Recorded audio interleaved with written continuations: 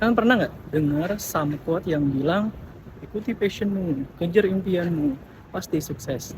Nah, tapi pernah nggak kita mikir kayak seberapa banyak sebenarnya yang gagal tapi nggak kelihatan? Hai guys, Rafis here. Dan gue baru banget baca hal menarik tentang survivorship bias. Dimana bias ini bilang kalau kita cuma ngelihat hal-hal sukses aja, tapi kita nggak merhatiin kayak berapa banyak yang udah gagal.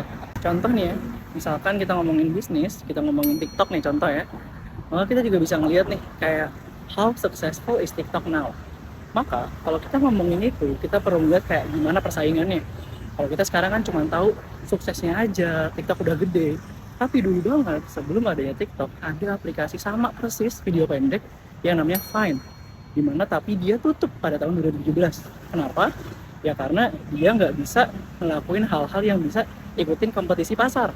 Kayak contoh misalkan dia nggak bisa lakuin monetisasi, dia nggak bisa ngelakuin dukung kreator dan sebagainya.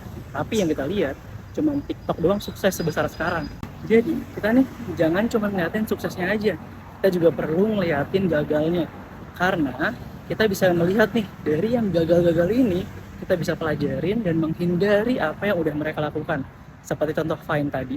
Jadi kalau kita pengen jadi entrepreneur, kita pengen jadi investor, kita harus cermat dan agar kita itu nggak terperangkap dalam survivor bias ini. Kalau kita pengen punya bisnis, bangun bisnis, atau bahkan punya karir yang sukses, kita bisa nih ngelakuin yang pertama. Kita bisa pelajarin semua kasus, baik sukses maupun gagal, karena dengan kita pelajarin keduanya, kita bisa tahu banyak hal. Kita bisa tahu gimana cara mereka sukses, dan apa aja yang gagal-gagal itu sudah laluin, sehingga kita bisa menghindari itu. Yang kedua, kita jangan kalah oleh mental kita untuk takut gagal. Kenapa? Karena gagal itu bukan akhir. Gagal itu jadi bahan belajar kita untuk berkembang lebih baik ke depannya. Yang terakhir adalah uji ide kamu lebih dari sekali. Jadi jangan puas karena kamu udah menguji ide kamu sekali dan berhasil. Terus uji ide kamu lebih dari sekali sampai ngelotok, sampai itu bener-bener works di semua medan gitu. Jadi kesuksesan itu bukan cuma ikut arus saja, karena bahkan terkadang mempelajari kegagalan orang lain itu lebih berharga daripada kita mengikuti apa yang sudah berhasil. Jadi gimana?